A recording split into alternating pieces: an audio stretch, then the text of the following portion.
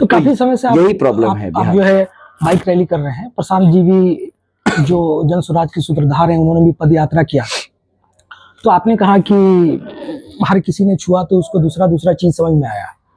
तो मेरा इसमें 2-3 छोटे छोटे प्रश्न है। आपने छुआ तो क्या समझ में आया, और आप इसके लिए किसे दोषी मानते हैं? मैंने जहां से छुआ मुझे संघर्ष समझ में आया। लोगों से पूछा कि और भैया क्या हाल है? बुरा हाल है। क्यों बुरा हाल है? तो अच्छा क्या आप ही बता दो। एक बुजुर्ग मेरे से बैठ के बात कर रहे थे, बोले आप ही बता दो मेरा अच्छा क्या है मेरे जीवन में। देखो मेरा जूता नहीं है। किसे दोषी मानते हैं? ये दोषी मानेंगे हमारा पॉलिटिकल क्लास को, और किसको दोषी मानेंगे? तो हर उस आदमी को दोषी मानते हैं जो अपने किसी जगह पे पहुंच गया है और वो अपनी जिंदगी में रम गया है, जो वापस उतर के अपने बाकी उन लोगों के लिए कुछ नहीं कर रहा है, हो सकता है जिसके हिस्से का लेके वो आगे बढ़ा है।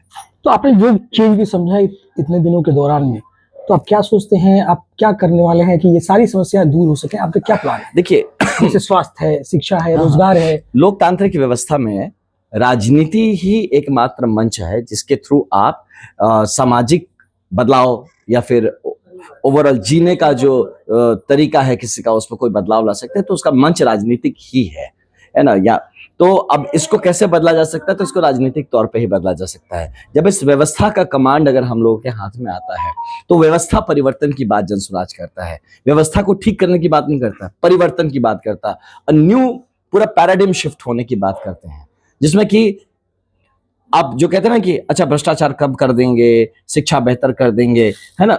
ये सब क्या है? ये मरम्मत वाली बातें करना है। अब भ्रष्टाचार कैसे खत्म करेंगे? भ्रष्टाचार खत्म करने के लिए you have to hit at the ground कि कहां से भ्रष्टाचार आ रहा है। भ्रष्टाचार आ रहा है पॉलिटिकल करप्शन से।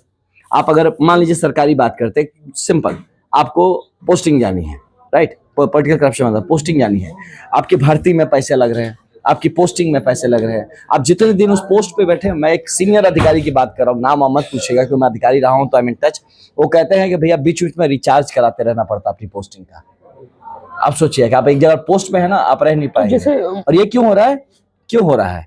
क्योंकि जब राजनीति में आप आते हैं, पॉलिटिक्स में, तो बिहार को पिछड़ा रखा गया है। और पिछड़ा रख के क्या होता है, जब चुनाव आता है तो लोग खर्च करते हैं। खर्च कहाँ करते हैं? मे भी फ्रीवीज देते हैं, पैसे बांटते हैं, मुर्गा भात की पार्टी कराते हैं, कपड़े देते हैं, जो भी करते हैं, पोस्टर लगाएं, लोगों को खरीद फरोख्त करें।